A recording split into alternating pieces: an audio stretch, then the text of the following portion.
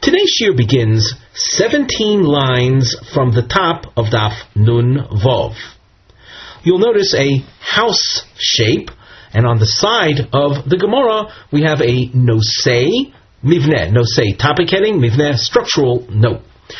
The house highlights shtei she'elois, aliba de Rabbi Ozer ben Azariah. There are two questions. You can see one here, and the next question you'll see on the fifth wide line of the Gemara, also with a house feature. These are within the opinion of Rabbi Ozer ben Azariah. Derak achrei nisuin ho'isha tekabel es hakol tosefes ksuba. He, as we discussed extensively during our previous year, and saw in the Mishnah, that a woman is not entitled to the tosefes ksuba according to Rabbi Ozer ben Azariah unless she became a widow or was divorced after nisuin. Nisuin is the second stage, the consummation of the marriage. Here the Gemara will focus in on that period of time with the first question. Let us note beforehand also another marking feature. Triangles will appear shortly, and they represent a ma'akav, an attempt to keep track of a back and forth style Gemara. With the point facing up, they'll represent a tshuva, a response, and the inverted triangle will represent a dechia, a rejection of whatever answer was given. So now the Gemara. Boi Rovin. Nichnasa l'chuppah v'lo nivala mahu. Let us say a woman entered the marriage canopy. After being in Arusa, she then enters the marriage canopy in anticipation of completing the marriage, of consummating the marriage, but she doesn't reach the point of intimacy with her new husband. Mahu, according to Rabbi Ozer ben Azariah, who says that only at the point of nisuin does a woman, if she becomes a widow, and in this case she becomes a widow after having entered the marriage canopy, and tragically the husband died suddenly thereafter, without the wife having experienced intimacy with her new husband. What is the din according to Rabbi Ozer ben Azariah? How much is she entitled to collect by way of the ksuba? Chibas chuppah koine or chibas bia koine?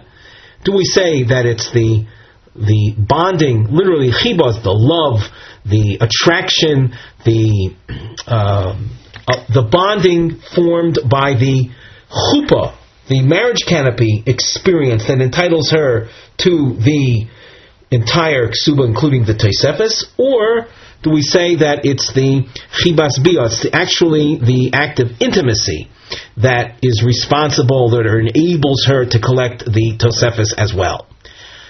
The Gemara tries to answer this question. It takes a few lines, that's why we have a long marking. Tashma Tani Rav Yosef. Let's so come and hear Rav Yosef's teaching. He presents us with a Tanaic source. Shelo kosav lo elo al chibas lailo harishon. A man assigns the tosefes ksuba in anticipation of the bonding of the first evening. If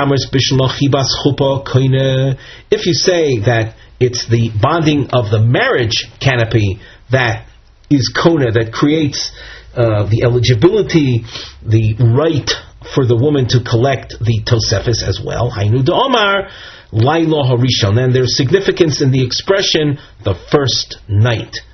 Elo I amris chibas bia koine.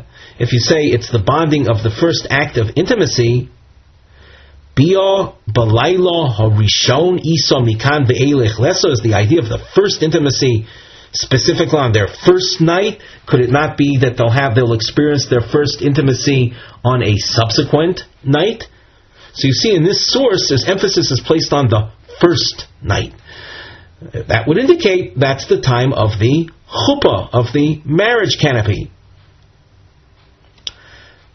The Gemara responds, Ve'elamai chuppah, so what do you want to conclude? That it's the chibas chuppah that's kaina that entitles her to the tosefes chuppah balayla isa v'yamam alesa? If you're already going to be exact and emphasize, we'll say, you want to be exact and literal, so the chuppah, is that something that takes place specifically at night? It can't be by day. Uletamech. Well, apparently you are trying to argue that it should be the chuppah, and you're trying to raise a question on the chuppah by claiming that it should be bia. Well, according to you that want to engage in this literal reading, uletamech bia balayla isa bia mama lesa. Does intimacy take place specifically at night? Couldn't it be by day? Ha'omar Rava, but Rava has said, im hoya b'vayis ofel, if you have a couple, and we understand that intimacy must be done under modest circumstances, so if you have a couple that are in a dark room, a bayis ofel is dark, mutter, even by day. It's mutter to have the act of intimacy even by day. So, if you're going to focus on the literal reading, you'll have the same problem. If you want to claim that it's not chuppah, that it's bia, so how do you explain your position? So the Gemara responds, no, I can explain the bia more easily than what you want to conclude chuppah. Ha lo kashya.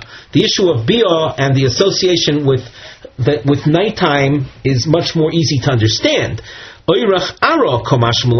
The source, by making a reference to Laila Harishon and a reference to intimacy, it's telling us the proper way of behavior. That's Orach Ara, is Derech Eretz, the proper way, the Bia Balayla, that Bia should take place at night. In other words, night, or if you want to extend yourself, you say under the day, but it has to be dark circumstances. That's the derech eretz. So there's a point in saying nighttime in conjunction with intimacy. Ela chuppah kashya, but you want to argue that chibas chuppah is koine. Why is there any reference made to night? Chuppah nami lo kashya. I can answer that chuppah is not a problem. Kevan de stam chuppah lebia kaimo, since your basic chuppah, the standard marriage canopy is simply a stage that leads to the act of intimacy. Orach aro komash malon de balayla. In the same context, since the chuppah leads to bia, it's telling us the proper way. And hence the reference to nighttime. So if you follow this give and take structure, and the question had been chibas chuppah kaina, chibas bia kaina, the Gemara is concluding with the chuppah being the event that entitles her to collect the tosefes ksuba as well. Boy Rav Ashi, nichnasa lechuppah upirsa nida mahu. The couple had the marriage canopy, and she all of a sudden became a nida. It means she became a menstruant. She had the female blood cycle appeared, and husband is forbidden to be with her. And then he died. What is the din? Now it's true that in the previous Gemara we seem to conclude that chuppah koine, and here they had chuppah. So why is this question even being raised? The Gemara explains: in timtze lo marchibas chuppah koine, if you want to conclude that it's the bonding of the marriage canopy that entitles her to the full amount, chuppah dechazi labia, that could very well be a chuppah that leads to intimacy. Aval chuppah de lo chazia labia, like the case of Shapirsa Nida. Lo, but in a case like that, it's a chuppah that won't lead to bia, so maybe it doesn't. The chuppah itself doesn't enable her to collect the full amount, the tosefes.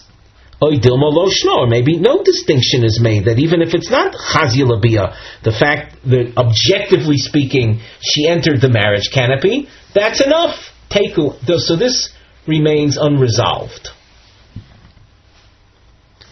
Rabbi Yehuda Oimer Rotza Kosev Lebesula Shtar Shel Mosayim Vi Koseves Eskabalti Mimcha Mona. the way things were presented in the Mishnah. We'll first take a look at our topic heading. Ha'im yesh lahasik mishitas Rabbi Yehuda b'Mishnah. Should we conclude from the statement of Rabbi Yehuda in the Mishnah that after the man assigns or writes up a ksuba of 200 to the wife, he said, "V'hi koseves iskabati mimcha." She writes a receipt. The literal translation is she then writes a document, which we can call a receipt. I received from you 100 of the 200. Should we conclude from this the ba'alma koisvin shovar that in general, when debts are paid up, the loveh who pays up the debt is to receive a shovar, a receipt, and in the absence of that receipt, he would be liable or susceptible, if you will, to a second collection, even if he paid up his debt. But if he can't produce the shovar, so then we won't rely on him, we won't trust him, and if the malveh comes along with the shtar to make a second collection, he would be able to do so. So this issue of shovar, of writing up a receipt, is it something that is essential according to Rabbi Yehuda? So the Gemara says, Machlokis Rabbi Yirmiyah v'Abaye. There's a controversy between these two opinions as how to conclude regarding Rabbi Yehuda in general. Just another word of background or detail. When we say that a shovar, let us say a shovar must be written, we're actually imposing a certain amount of burden on the borrower when he pays up his debts. We're basically telling him, in order to protect yourself, you're going to have to be on constant guard of this shovar. Make sure the mice don't get to it and eat it up. There's an alternative approach. The Gemara doesn't get into it, but the issue would concern maybe instead of the shovar, instead of our writing a receipt, we would demand that the debt will not, the loveh, the borrower won't have to pay up the debt unless he receives the original loan document and has the ability to tear it up. Otherwise, he could say, "Look, I'm not going to pay because I'm afraid of this shtar being used against me a second time." And in that case, the loveh's protection would be through the tearing up of the original shtar, and not this demand upon him to constantly watch the shovar. So we've discussed a little bit about the difficulties and the precarious situation that the loveh might be in if we insist on the writing of a shovar. Now the Gemara. The Sava Rabbi Yehuda the Kaisvin Shovar. Should we conclude from Rabbi Yehuda's comment in the Mishnah that she writes a receipt that in general, when a person receives payment, he writes a shovar to the one who paid him. So should we conclude that from here? V'hatnan. But we have the following source: Misha Para Mixas Choivoi. Someone who paid up part of his debt. Rabbi Yehuda Omer Yachlif. Rabbi Yehuda says that a new loan document is prepared with the sum that's written in representing the balance. In other words, no receipt is written up, so that the one who paid off part of his debt, he isn't subjected to any danger of being collected from, again, the amount that he already paid up, because a new document is written up. Let's assume for the time being that the old document is torn up. A new document is written with half with the balance as the amount. Rabbi Yossi Omer Yichtov Loi Shovar. Rabbi Yossi says no new shtar is written up. The malveh doesn't have to lose out the date that was in the original shtar, which enables him to collect from properties of the borrower that he may have sold after the original loan date. So we don't write up a new shtar. Rather, as far as protecting the lova, the borrower, concerning the amount he already paid, so he receives a receipt. So what do we see from here? We see that the opinion of Rabbi Yehuda is that we don't write up a shovar. What about the Mishnah? The Mishnah seems to indicate that we do. Omar Rabbi Yirmiyah. The Mishnah that said she writes over Kisheshoivrasa mitocha. Literally, the receipt is within. What do we mean by that? So we glance at the Rashi in the upper part of the narrow lines. Kisheshoivrasa besoicha. Besocha ksuba atzma. Within the original ksuba document that she would use to collect whatever is due to her, yichtov hashovar v'hi amra b'fonenu. The following text would be written into the original ksuba document that she said in our presence, hiskabalti chetzia, I received half. The time of my Omar Rabbi Yehuda ein kaisvin shovar. Why does Rabbi Yehuda hold, as we saw from this source that was quoted, that we don't write up a shovar? Mishum de lo yitztorech loive l'shoimrim minu achborim. We don't want to impose additional pressure on the lova to watch the shover, the receipt from the mice. The mirkav, if the shover rats, hodar hai v'govi shtori kule, the malveh would go and collect his entire amount again. Hacha leka lemechash hachi. Here, we don't have to worry about that. So that it's in general we'll say a shovar is not written up according to Rabbi Yehuda because of what we just explained. It's putting a burden on a loveh to watch that shovar. Here, when we write this information into the ksuba, so you can see that the scenario of her coming to collect the entire amount from the husband doesn't come to be. Abaye Omar Afilu Temo B'She'ein Shovrasa Mitocha. Even if you don't say that the language of the receipt is written into the original shtar, into the original ksuba, but rather she writes a separate shovar and gives that to the husband, we're not going to conclude from here that we write up receipts. Bishlama hasam vaday pare. I understand in the case of a regular loan, the borrower definitely paid up, and therefore Rabbi Yehuda is very concerned that we don't want the lova to be worried about his losing the shovar. So we don't insist on that approach, but rather, maybe as we suggested, we tear up the original shtar. Let's read this in the Gemara. Hasam, in the case of a regular halva, the reason Rabbi Yehuda doesn't want the shovar receipt burden to be upon the lova that paid up his loan, he definitely paid it up. Dilma mirkas tavarta, we're afraid he might lose. Mirkas is to lose the tavarta, the shovar. Umapik le lishtara, and the malva, the original creditor, will whip out the original loan document. V'adar gavi zimna achrino, will come and collect the second time.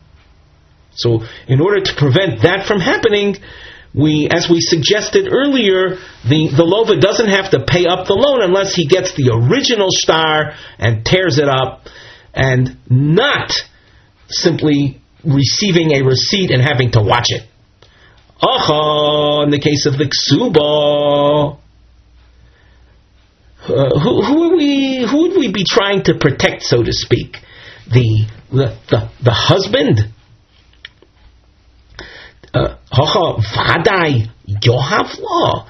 In the case of the Mishnah and the husband signing 200 and the woman saying, I received 100, did he pay anything? The husband was simply saying words, mere words to him. There wasn't any payment made. So that, what happens if this couple comes to this agreement that he says, I'm dedicating to you a ksuba of 200. He's not paying out anything. He's just saying, I'm dedicating to you a ksuba of 200. And she says, I have received 100. Let the husband have the burden of watching a receipt to that effect. If he watches it, fine. So it's to his benefit that he will owe her only 100. Ilo natre, if he doesn't watch it, he loses it. He is causing his own loss by his negligence. But once again, we're not here worried about protecting a person, i.e. the husband who paid out money. He didn't pay out anything. Bishlama Abaye lo Omar Kurab Yirmiyah.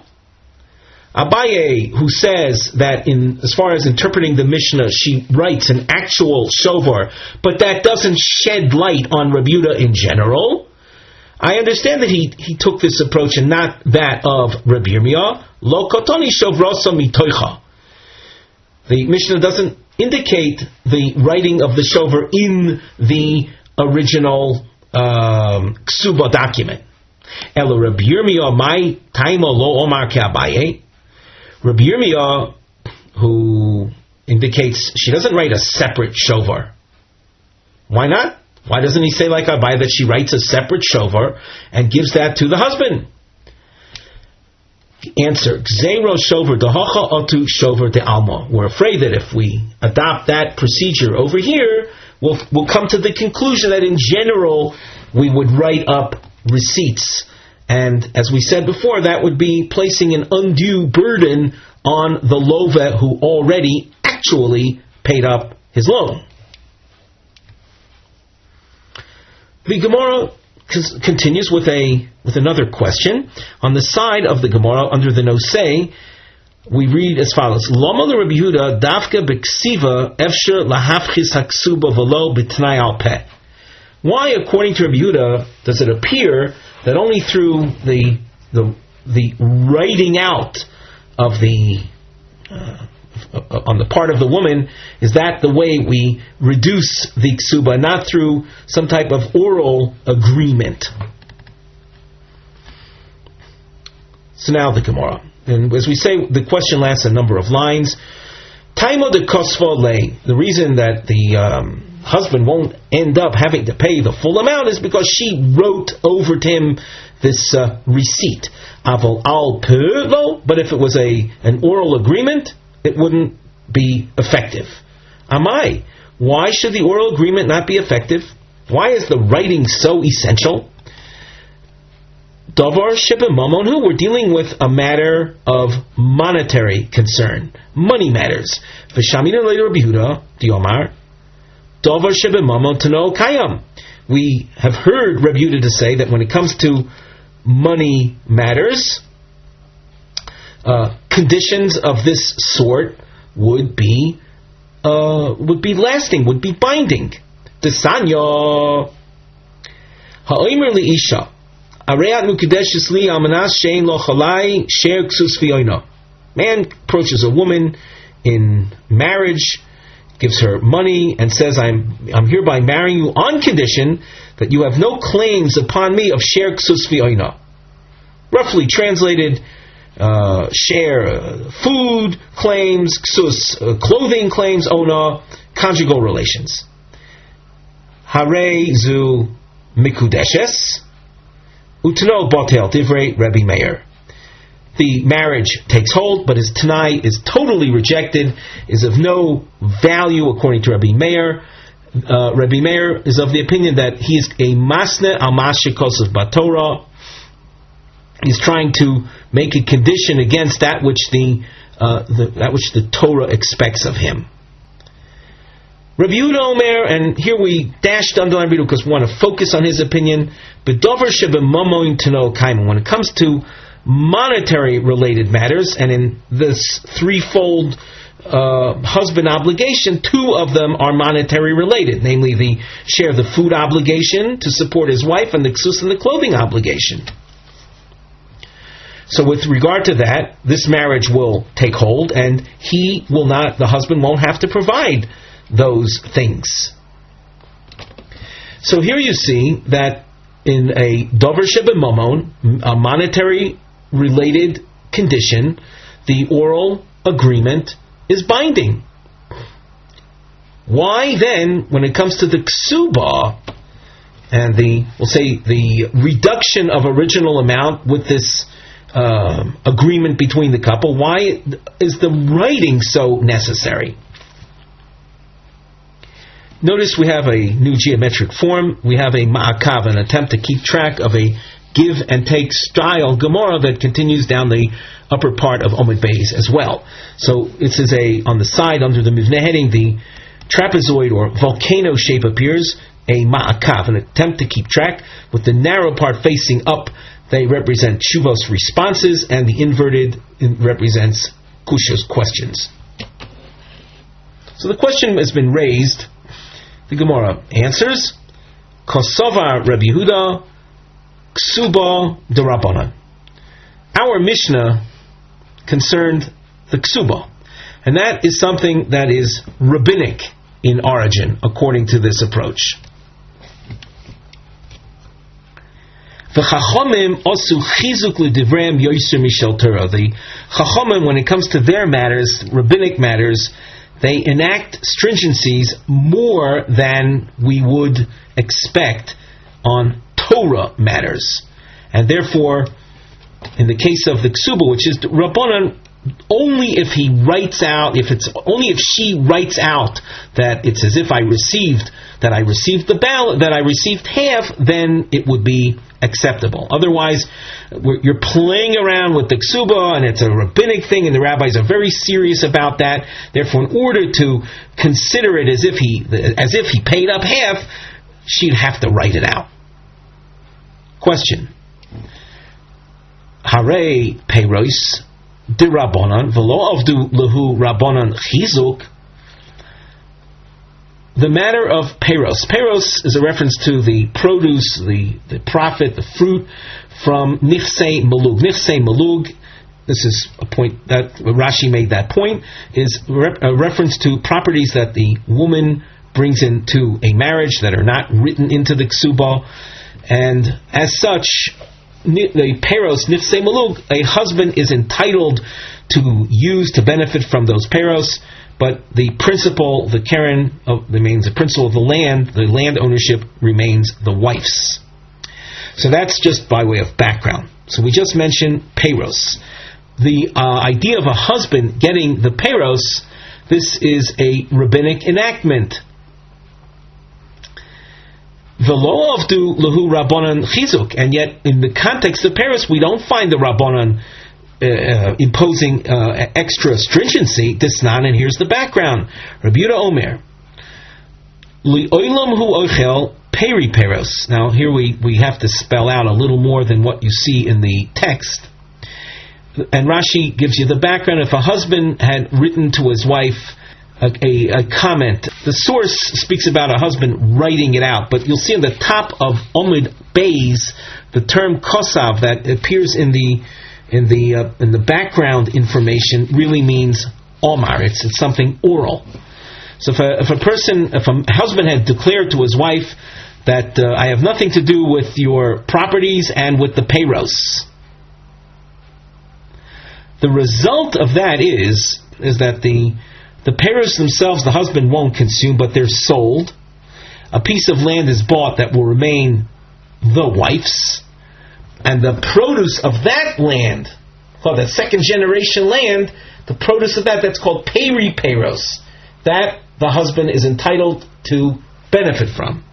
Because in his original statement, he said, Dinu dvorim ein li b'nechasechu b'peiroseim, specifying the peiros from the original land. So now let's read this source. It's not Rabbi Yehuda Omer, li'olam hu oichel peri peiros. In the case we mentioned, where a person had dismissed himself, removed himself from benefiting from the original property and the fruit from that original property that his wife brings into the marriage. So Rabbi Yehuda says that husband is entitled to the peri peros, and as we described, the fruits of the original land are sold and a parcel of land is bought, and from that second parcel of land the husband benefits. He can use the peri peros ad sheyichtov lo, until he writes to her a lashon, he declares a lashon like this, a version, dinu dvorim, ein li b'nechosayich ubeperosein ubepeiros perosein ad olam, until he writes that. Now here we're using the word writes. The source used that expression ad sheyichtov, which we also got underlined, and the Gemara continues to the top of Omid Beis.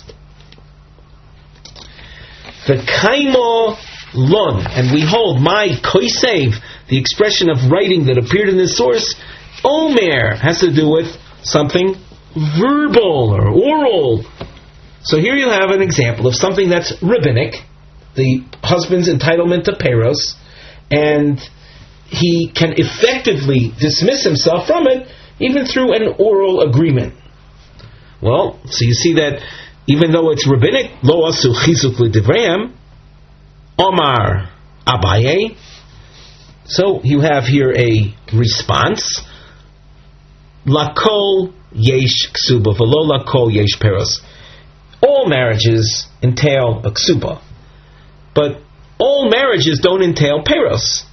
Peros is something that's characteristic only if a woman brings in properties to the marriage, and that itself is not common. Milsa d'shchicha, common matters like the ksuba, avdu ba rabbanon chizuk. Concerning those kind of things, the rabbanon impose their additional stringency, which states that something that remains oral will not be effective. Milsa d'lo shchicha, something that's uncommon, like the case of the peiros. So, lo avdu ba rabbanon chizuk. The rabbis didn't bother imposing their stringency and left things as they would be otherwise, that the oral agreement by davar shebemamon is effective. Question. Harei chamorim deshchichi. Chamorim is one word that is a reference to an entire source, an entire incident.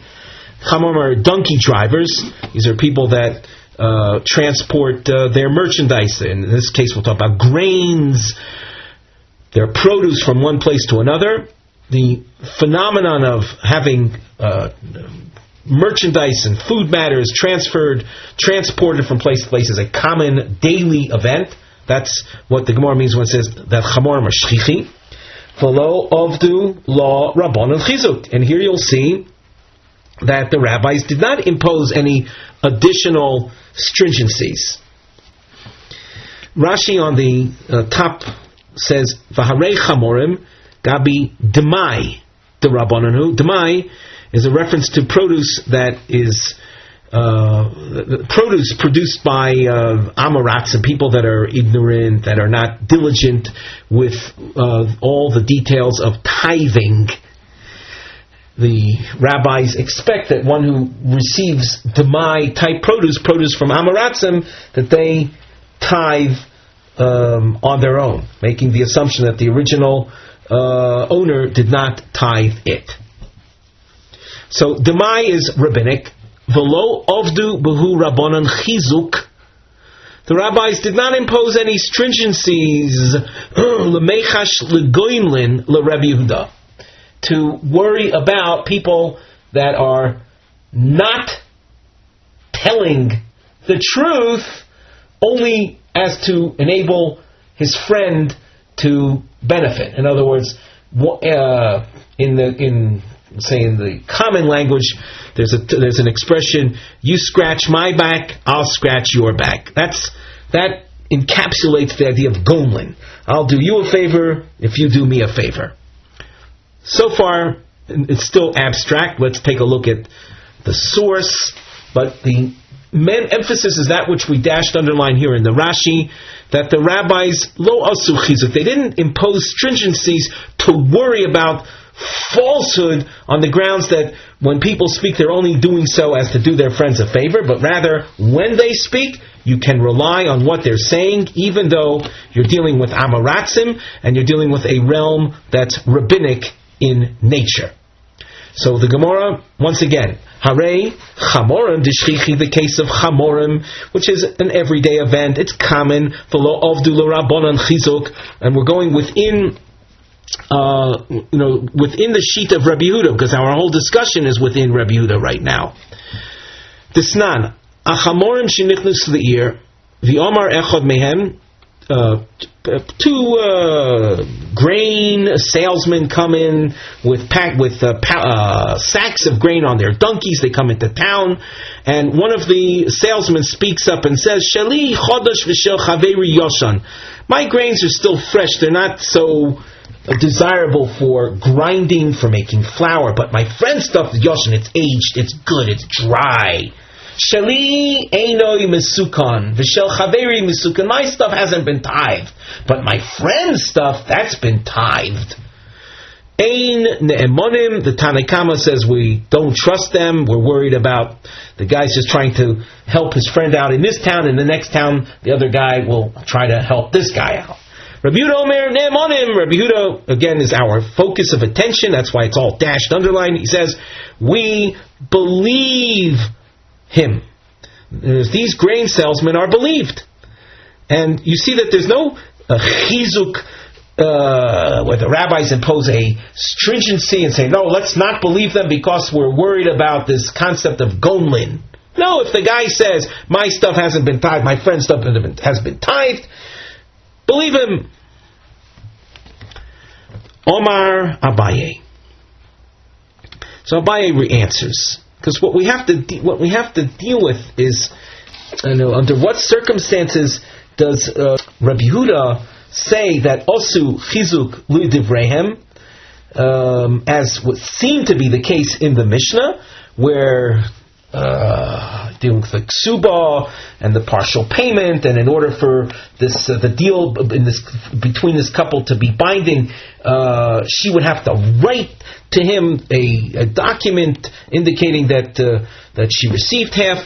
And when it comes to other common rabbinic matters, we see that Rabbi Yehuda is lenient, doesn't insist on added stringencies. So Abaye explains, Omar Abaye, Vadai the Divrayim Ovdu Rabbanon Chizuk. When you're dealing with a matter of certainty, in the case of the Kesubos, it is there is certainty, namely that the husband is certainly obligated to pay the Kesubos, and in order to establish that he'll only have to pay part of it, so there we insist on a formal writing to be done. Safek the Divrayim, something that's a matter of doubt, the realm of Demai, the realm concerning ignorant individuals and their diligence in tithing, maybe yes, maybe no. Maybe they did actually tithe it, and maybe we can assume, maybe we can rely on Amaratzim in general that they tithe properly. So lo avdu Rabbanan Chizuk. In other words, to make an assumption, for example, that the grains have definitely not been tithed, that's not true. It's a doubt. Maybe they were tithed, so that there's no need. And when he says that the friend stuff has been tithed, so if you're working at the foundation is one of doubt to begin with, and then you combine that with his definitive statement that it's been tithed. You don't need to have any chizuk. You don't need to have added stringencies imposed, and therefore there's no need to be choshesh for gomlin. Rava Omar b'demai hekilu. Notice, Rava does not make a general statement about sofek the divrei, matters of doubt in general, but specifically in the case of demai, we are lenient. And that what Rashi says that in the realm, and specifically in the case of of demai, we're more lenient than we would be in standard cases of doubt. And the reason for this is that in the realm of demai, rov ame oretz ma'asrin hein, the majority of the Amaratzim, of the ignoramuses, are diligent concerning tithing. So that in the realm of demai, we have much more to go on in the direction of the grains having been tithed, as opposed to general areas of rabbinic concern that are in a state of doubt, 50-50. Rava wouldn't be the one to say that we will find leniency. But specifically in the case of demai, here there will be leniency. And we said Abaye goes further than Rava in his approach, that when you have a matter of doubt in the rabbinic realm, the rabbis left things as they are and didn't impose additional stringencies. Rabbi Meir Omer Kol HaPoches LeBesula Mimosayim, anyone who provides to a besula less than 200, and he went on to say Arezu Bilaznus, their intimacy will be tantamount to an act of harlotry. The Gemara is medayik. It focuses, analyzes the expression of Rabbi Meir of kol hapoches. That language indicates afilu betno, even conditionally, which for practical purposes means that even at the end the woman will get her full 200, but at the point of marriage he expressed this reduction in the 200 in terms of a condition. He stated some type of condition, the result of which that it could be, if those conditions are met, that she wouldn't get the 200.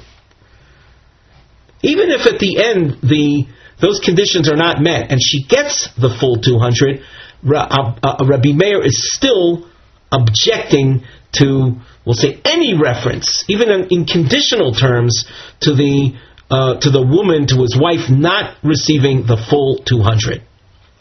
Let's glance at the Rashi across from here. Kol hapoches afilu b'tno midelo tana, from the fact that the language of Rabbi Meir was not kol besulo shein lo masayim lo amona shein lo amona harezu bilazlus. That's not the language that appears. Shma mino the hochi ashmeinen, from the choice of words, kol hapoches, the Mishnah and Rabbi Meir is trying to tell me, shafapi shi goyvel besoif, even if she collects the full amount at the end, the ain to no kayam, whatever condition he made for her to lose was never fulfilled.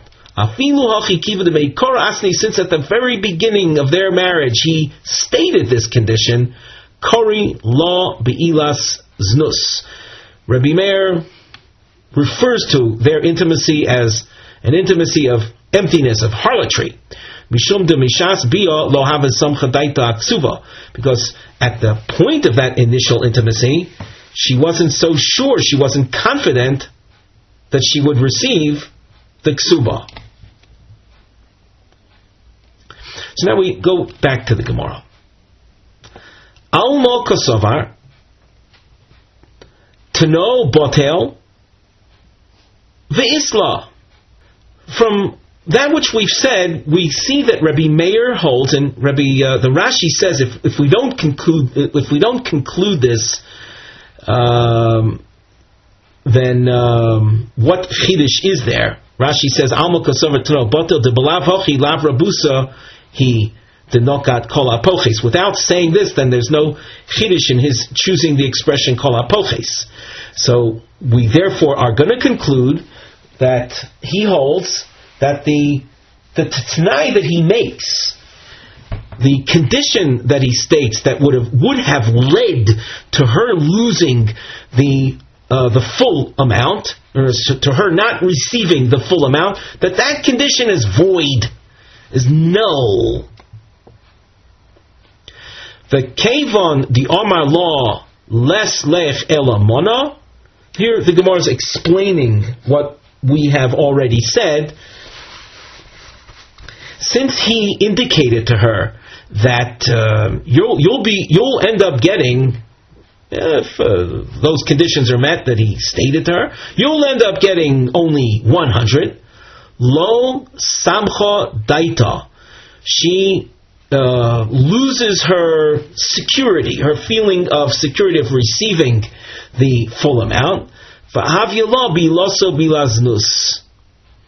And as a result, their intimacy, because she lacks the confidence of receiving her full amount, even though the condition that he stated for her losing the full amount is void. Like it's like saying that she's going to get the full amount, but she heard.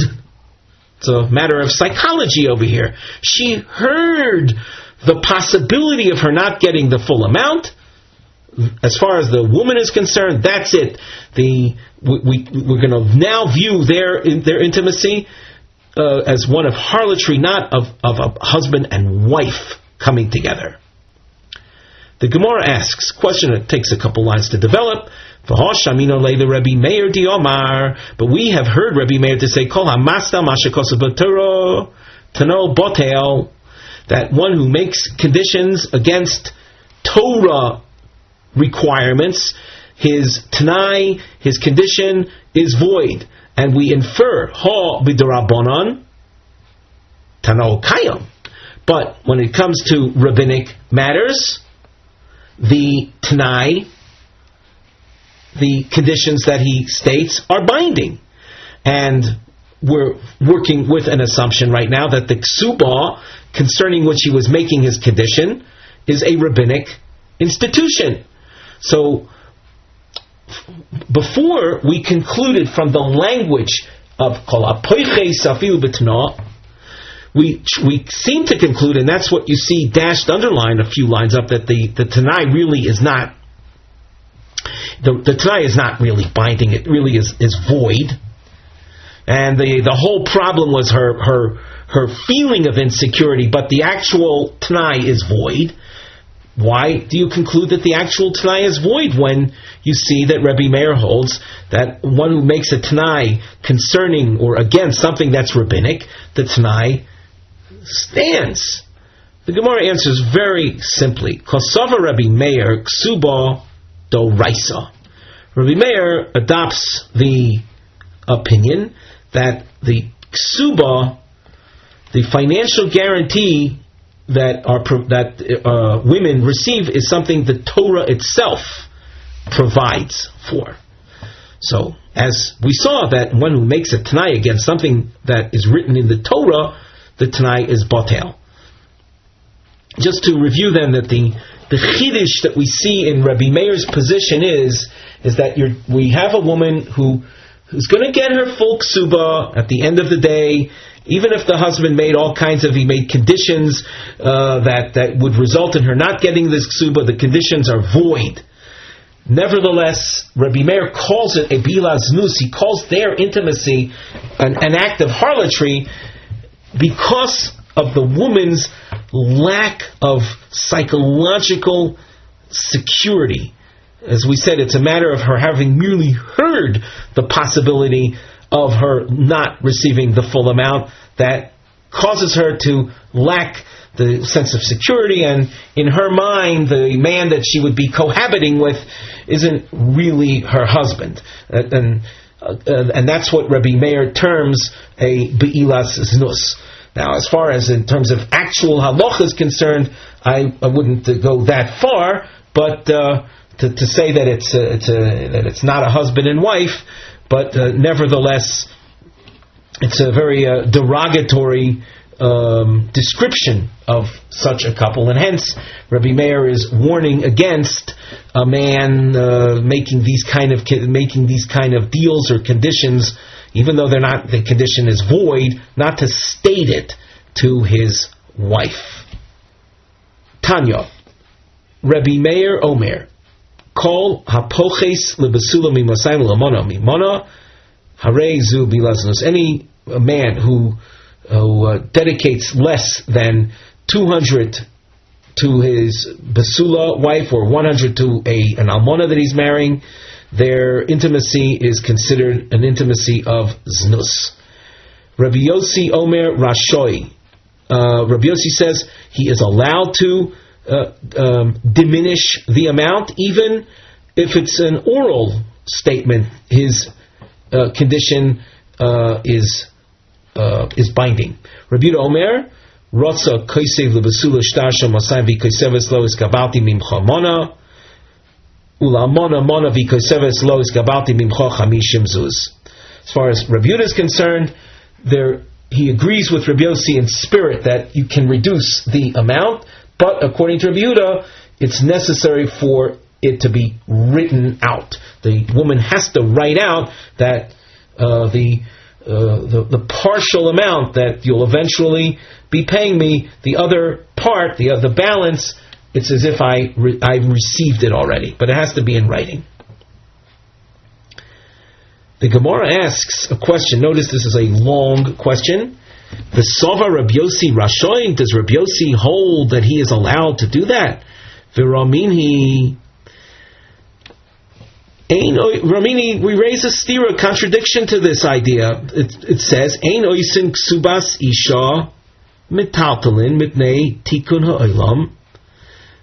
And shortly you'll see Rabbi Yossi responds to this, and the Gemara will then point out that it seems that Rabbi Yossi's response to the Tanakhama is really one and the same as the Tanakhama himself, and the more then we'll have to redo this source. But in the meantime, the Tanakhama says that a man is not to earmark portables for the ksuba of his wife. Why? Mitnei tikuna olam. The fear is that those portables that he earmarks as her ksuba payment might get lost, or their market value might drop. Omar Rabbi Yossi v'chima tikun ha'olam yesh bezu v'alo ein ksuvim upochasin. It's hard to translate this, but he says, what benefit, what tikkun olam is there? What benefit is there in this? They're not set, and they will depreciate. The Gemara says, well, Tanakama nami ein oisin ka'omar. Just like Rabbi Yossi seems to voice his objection, the Tanakama also said, we don't earmark metaltalin, we don't identify specific metaltalin as her ksuba payment. Tanakama said ein oisin, and when you say you don't do that, depreciation is also included in this. Just like Rabbi Yossi objected to this based on the possibility of depreciation, the Tanakhama also was concerned with that the woman's going to end up getting something less in value. Rather, we have to reread the source and understand it thusly. When is it that the husband shall not earmark or identify, specify portables as payment for the ksuba? B'shelo kibel olov achrayas, where the husband didn't take upon himself, didn't accept upon himself a guarantee. Avalim kibel olov achrayas, if he accepted upon himself a guarantee that if those portables are lost, then oisin. Then if the portables are lost, if he, let us say, he assigned 10 silver candlesticks as being his wife's ksuba payment, in the event that he dies or divorces her, she collects those. And he additionally says, and if those 10 silver candlesticks get lost, I will get you new ones.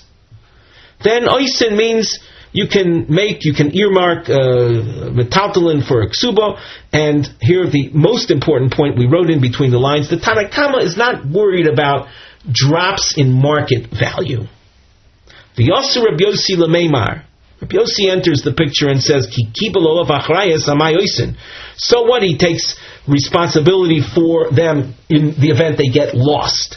Still, why will we allow metaltalin to be earmarked as her payment for ksuba? V'lo ein ksuvin upochasin. They don't have a fixed value, and they could depreciate. Even if they remain extant, they could still depreciate in value.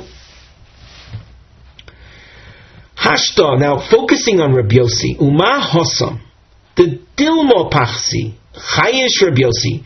Mind you, in the case of the metaltalin, Rabbi Yossi is concerned maybe they'll drop in value. It's only a maybe they won't. And still, that's enough to cause Rabbi Yossi to protect the woman and not allow a husband to earmark metaltalin for her ksuba. Here, in this case where husband is talking about 200 and she says back, no, it's as if I received 100, all you owe me is 100. She's definitely losing out. All the more so Rabbi Yossi should object. So how is it that in the case of the metaltalin earmarking, Rabbi Yossi is objecting, and in the case of the woman forfeiting half of her ksuba, that's okay? Hachi, Hashta, the Gemara answers, how can you compare these cases? Hassam, in the case of the ksuba being metaltalin lo yoda de tochil. The word tochil from the word mochel, to forego. In the case of metaltalin, you're dealing with an area of uncertainty. She doesn't know what's going to be with regard to the metaltalin. So, being that you're dealing with an element of uncertainty, she's not capable of foregoing something whose future is uncertain. Hacha, in the case where they spell things out at the beginning, Yada, she hears, she knows that she's supposed to receive 200. She on her own willingly foregoes half of the amount, the 100. That's something that she has, we'll say, full knowledge over the matter, and therefore it takes effect. It works. Achte de Romi Bar Chamo, Havis Nesiva l'Rav Avya. The sister of Romi Bar Chamo was married to Rav Avya. We continue at the top of Nun Zayin Amud Aleph. Irchis Kesubos. She lost the document that was her ksuba. Also l'kamei de Rav Yosef. The case came to Rav Yosef. Omar Lahu, and Rav Yosef tells them, Hochi Amar Rav Yehuda Amar Shmuel, Zu Divrei Rabbi Meir. It is Rabbi Meir's opinion that says that a man cannot continue living with a woman that has no ksuba. Avol chachomim oimrim ma she'adam es ishto shtayim v'shalosh shanim below ksuba. But the chachomim rule that a person can tarry with his wife, he can continue living with his wife 2-3 years, even without the document. The Rashi at the top, Zu Divrei Rabbi Meir, the Amar Liel kol apoichis ubsum yisayim afilu b'tnov v'tanai botel kori loya be'ilaz nus. It was Rabbi Meir that said that anyone who diminishes the ksuba amount for the woman, even if the condition is void, he calls it a bilaznus. Their cohabitation is one of harlotry, mishum de lo somcha daita.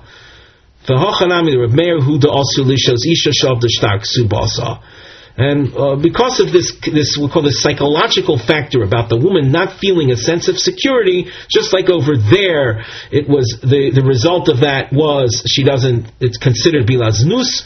So too, and we don't allow them to continue together. So too over here, without the document, when the document is lost, she loses the sense of security. Vafilu isla de lo mafsed b'achi the gavia b'tanai bezdin. She's going to get her ksuba anyway. It's a court precondition to marriage. Miolo samcha daita.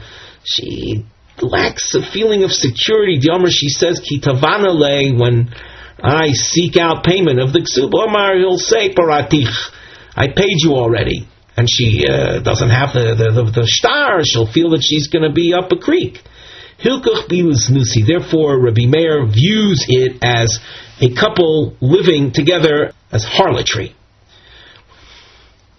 However, the Chachamim, they're not concerned with this psychological factor that would turn it into bilaznus. Rashi says, the less lon lemeichash mishum mismach daita. You see, the Chachamim aren't arguing about the psychological state of women under these circumstances. But that's not enough of a reason to have a bilas nus, that it should be that they're dwelling together, that they're living together, should be considered an act of harlotry. We turn back to the Gemara. Omar le Abai. Abai says to Rav Yosef, Omar Rav Nachman Omar Shmuel halacha k'Rabbi Meir b'gezei roisov. But when it comes to Rabbi Meir's opinion on, we'll say, as Rashi says, in matters that Rabbi Meir is more stringent, is machmir al dvar Torah, in matters of Isur v'heter, through rabbinic enactments, rabbinic stringencies, we follow Rabbi Meir. So, since Shmuel says halacha k'Rabbi Meir b'gezei roisov, how can Rav Yosef above say that in the name of Shmuel of all people, that it's okay for this couple to continue living together? So Rav Yosef says, well, ihachi, if that be the case, then zil ksov law, then you got to write up a new ksuba. If she lost the original ksuba, and we're accepting now the point that Abaye made, that halacha k'Rabbi Meir b'gezei roisov, then it's not for us, as Rav Yosef tried to say originally, to simply infer that that's Rabbi Meir's opinion, but the Chachamim would disagree. We can't ignore Rabbi Meir's opinion in this case because of the fact that halacha Rabbi Meir b'gezei roisov, and therefore there's no option left other than you're going and writing for her another ksuba in order for you to continue to live together and avoid being categorized as bilas znus.